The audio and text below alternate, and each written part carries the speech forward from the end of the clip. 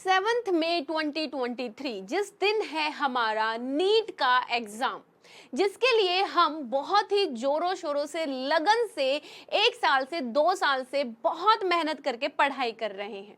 Hello प्यारे बच्चों, कैसे हैं आप? आशा करती हूँ आप सभी अच्छे होंगे और बहुत ही अच्छे तरीके से बिना स्ट्रेस के बिना प्रेशर के अपनी पढ़ाई कर रहे होंगे और तैयारी काफी अच्छी जा रही होगी।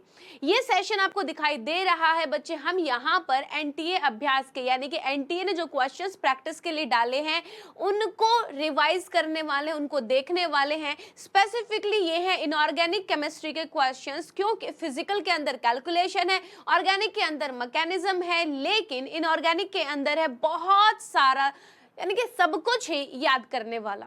तो अब देख लेते हैं कि हमें कितना याद है। जैसे जैसे क्वेश्चंस आगे बढ़ते जाएंगे, ये कोई बहुत लंबा चौड़ा वीडियो नहीं है आपके लिए, केवल और केवल कि अगर आप रिलैक्स करने के लिए यूट्यूब स्क्रॉल भी कर रहे हैं तब भी आप अपने 10-15 मिनट दे के इस वीडियो के अंदर आए हुए क्वेश्चंस को एक बार देख ले, सो दैट कि अगर आपको आता है तो बहुत ही अच्छी बात है, और अगर नहीं आता है तो वो क्वेश्चन आपके दिमाग में फिट हो जाए कि एग्जाम में अगर एनटीए ने अभ्यास वाला ही क्वेश्चन दे दिया तो वो मुझसे स्किप ना हो जाए। अपने आप को ही +4 देते रहिएगा बच्चे, -1 देने की कोई गुंजाइश नहीं है, क्योंकि नेगेटिव मार्किंग हमें बिल्कुल नहीं लेनी। अगर नहीं आता है तो यहाँ से देख के उस चीज को याद कर लेंगे, ना कि -1 लेने की जरूरत करेंगे। शुरू करते हैं आज की वीडियो। सब्सक्राइब करें अपने इस चैनल को बच्चों, और आपके जितने भी साथी हैं उन सभी के साथ इस चैनल को शेयर करेंगे। आज की क्लास का पहला क्वेश्चन है, देखते हैं किस किस बच्चे को आता है। What happens when FeSO4 solution react with acidified KMnO4। Acidified KMnO4 का मतलब क्या हुआ बच्चे कि KMnO4 की रिएक्शन हमने करवाई FeSO4 के साथ एसिडिक मीडियम में MnO4 नेगेटिव किस में कन्वर्ट होता है बेटा, Mn+2 के अंदर। यहाँ पर Fe+2 की फॉर्म में है, इधर जाएगा तो किस फॉर्म में हो जाएगा, Fe+3 की फॉर्म में।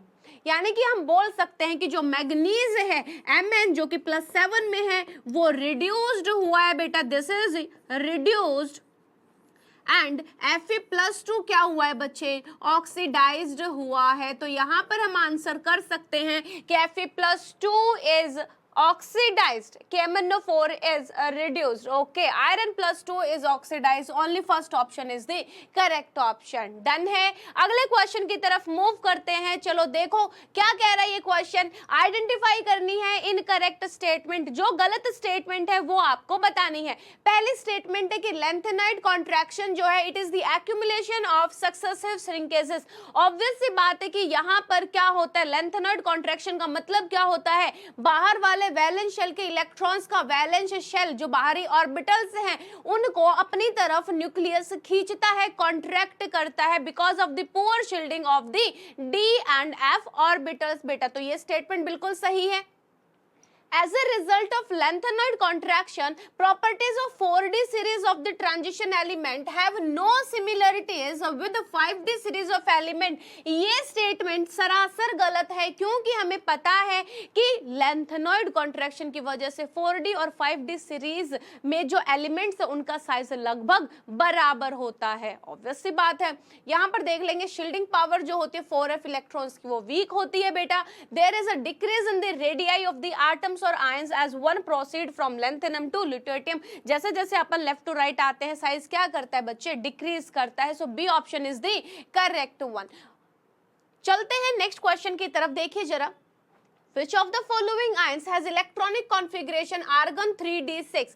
देखो बेटा यहां पर आर्गन 3d6 जो आ गया है तो मेरे दिमाग में तुरंत आयरन आ रहा है कि आयरन के अंदर Fe+2 के अंदर 3d6 होता है, लेकिन यहाँ पर +2 वाला कोई भी एलिमेंट नहीं है, सारे के सारे +3 वाले हैं, यानी कि 4s2 और एक D में से भी इलेक्ट्रॉन गया होगा। तो मैं बोल सकती हूँ ये +3 ऑक्सीडेशन स्टेट का अगर इलेक्ट्रॉनिक कॉन्फ़िगरेशन है तो न्यूट्रल इलेक्ट्रॉनिक कॉन्फ़िगरेशन रहा होगा मेरा 3d7 4s2 बेटा। और ये किसका कॉन्फ़िगरेशन है, निकल का कॉन्फ़िगरेशन है। आयरन के बाद क्या आता है हमारा, निकेल आता है क्या, या कोबाल्ट आता है, कोबाल्ट का कॉन्फ़िगरेशन बेटा।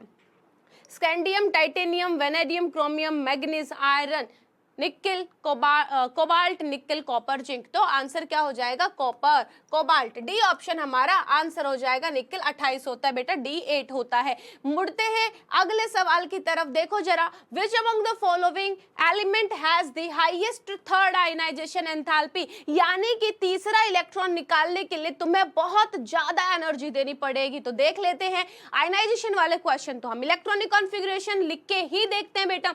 देखिए यहाँ पर वेनेडियम जो कि हो गया आपका स्कैंडियम, टाइटेनियम, वेनेडियम यानी कि D3S2 बेटा। इधर क्रोमियम के अंदर आ जाएगा D4S2, मैग्नीज के अंदर आ जाएगा D5S2 और आयरन के अंदर आ जाएगा D6S2। बात हुई है थर्ड आयनाइजेशन एंथैल्पी की, यानी कि तीसरा इलेक्ट्रॉन निकालने के लिए जब मैं जाऊं तो मुझे बहुत एनर्जी देनी पड़े, और वो एनर्जी मैं तब दूंगा जब वहां पर हमारे पास स्टेबल इलेक्ट्रॉनिक कॉन्फ़िगरेशन बन रही होगी। तो यहाँ पर इस वाले को अगर गौर करोगे तो 2 इलेक्ट्रॉन निकालते ही D5 बन जा रहा है, और D5 हाफ फिल्ड कॉन्फ़िगरेशन होती है। यहां से इलेक्ट्रॉन निकालने के लिए बहुत ज्यादा एनर्जी देनी पड़ेगी। That means third ionization enthalpy is higher for manganese. बच्चे कितने आसान क्वेश्चन आते हैं डी एंड एफ ब्लॉक से। D and f block and coordination दोनों ही एक दूसरे से रिलेट करते हुए क्वेश्चन पूछते हैं। तो D and F P block की तरह बिल्कुल हार्ड नहीं है। कोऑर्डिनेशन और डी एंड एफ ब्लॉक काफी इजी है बेटा। यहाँ पर पूछ रहा है एटॉमिक रेडियाई बताओ, Ti, ZR एंड HF, यानी कि टाइटेनियम, जिरकोनियम और हॉफनियम। यहाँ पर एटॉमिक रेडियाई बताना है। तुम्हें पता है ये 4D सीरीज से बिलोंग करता है, ये 5D सीरीज से बिलोंग करता है। लेंथेनॉइड कॉन्ट्रैक्शन की वजह से 4D और 5D सीरीज के एलिमेंट्स का जो साइज होता है लगभग बराबर होता है। तो यहाँ पर हमारे पास डी ऑप्शन हो जाएगा। बोलते हैं कि डाउन द ग्रुप साइज जो है वो बढ़ता है, लेकिन 4D एंड 5D सीरीज का जो साइज होता है वो लगभग क्या होता है? बराबर होता है, due to lanthanoid contraction. So d option हमारा सही हो गया बेटा। चलिए नेक्स्ट क्वेश्चन करते हैं बेटा। K2Cr2O7 जो हमारा रेड ऑरेंज कलर का होता है, किस कलर का होता है बेटा? रेड ऑरेंज कलर का होता है, पोटेशियम डाइक्रोमेट। अब बात करते हैं हीट करने पर, ये तुम्हें दे रहा है K2Cr2O4 यानी कि क्रोमेट, पोटेशियम क्रोमेट, जिसका कलर होता है बच्चे क्या? Yellow colour. जब मैंने इसको हीट किया तो मुझे क्या क्या मिलता है? एक तो क्रोमेट आयन मिलता है यानी कि येलो कलर का मिलता है, उसके बाद ऑक्सीजन गैस रिलीज होती है और क्रोमियम ऑक्साइड बेटा, ग्रीनिश कलर का क्रोमियम ऑक्साइड भी हमें मिलता है। तो ऑप्शन क्या हो जाएगा हमारा? सी ऑप्शन करेक्ट हो जाएगा, यानी कि एक्स यहाँ पर क्या है? क्रोमियम ऑक्साइड Cr2O3 बेटा। नेक्स्ट क्वेश्चन देखो क्या कह रहा है। Ki और CuSO4 को जब मैं मिक्स करती हूँ इनके सॉल्यूशंस को तो क्या मिलता है? बहुत ही सिंपल सी बात है, ये हमें पढ़ाया जाता है कि कॉपर सल्फेट यानी कि Cu+2 और Ki यानी कि I नेगेटिव ऑक्सीडाइज्ड हो जाता है I2 के अंदर, और Cu+2 रिड्यूस्ड हो जाता है Cu+ के अंदर यानी कि Cu2 I2 के अंदर बेटा। तो आप देख सकते हैं यहाँ पर Cu2 I2 और ये K2SO4 जो भी सॉल्ट के कैटायन और एनायन मिक्स करके बनाते हैं। तो हमारे पास बी ऑप्शन क्या हो जाएगा? सही हो जाएगा। डन है, +4 मिल रहा है सबको, क्योंकि ये चीजें ऐसी हैं बेटा जो नॉर्मली हम याद करते हुए चलते हैं। नॉर्मली ऐसा बहुत ज्यादा प्रैक्टिस जब कर लेते हैं तो ये क्वेश्चंस तो हमारे दिमाग में रहते हैं, और एनटीए ने भी इन्हीं क्वेश्चंस को प्रैक्टिस के लिए डाला है। दैट मीन्स वो कहना क्या चाह रहा है कि जो तुम पढ़ चुके हो, बहुत ज्यादा पढ़ चुके हो, अभी बस इसी को रिवाइज करो और अच्छे से प्रैक्टिस करते रहो। That's it. प्रेशर नहीं लेना है, स्ट्रेस फील नहीं करना है बिल्कुल भी। ये क्वेश्चन देखो, which of the following has the maximum number of unpaired D electrons? Maximum number of unpaired electron बताना है, तो क्या हम यहाँ पर इलेक्ट्रॉनिक कॉन्फ़िगरेशन नहीं लिख सकते?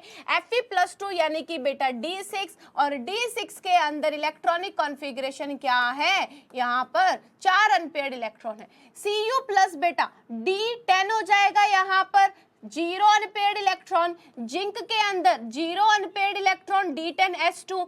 Ni+3 के अंदर अगर हम बात करेंगे बेटा तो D7 हो जाएगा, यानी कि 3 अनपेयर्ड इलेक्ट्रॉन हो जाएंगे। यहाँ पर 7 इलेक्ट्रॉन जब भरेंगे तो ये देखो यहाँ पर मैंने 7 इलेक्ट्रॉन भरे, 3 अनपेयर्ड इलेक्ट्रॉन। पूछा क्या? मैक्सिमम नंबर, तो 4 इलेक्ट्रॉन अनपेयर्ड इलेक्ट्रॉन है Fe+2 के अंदर।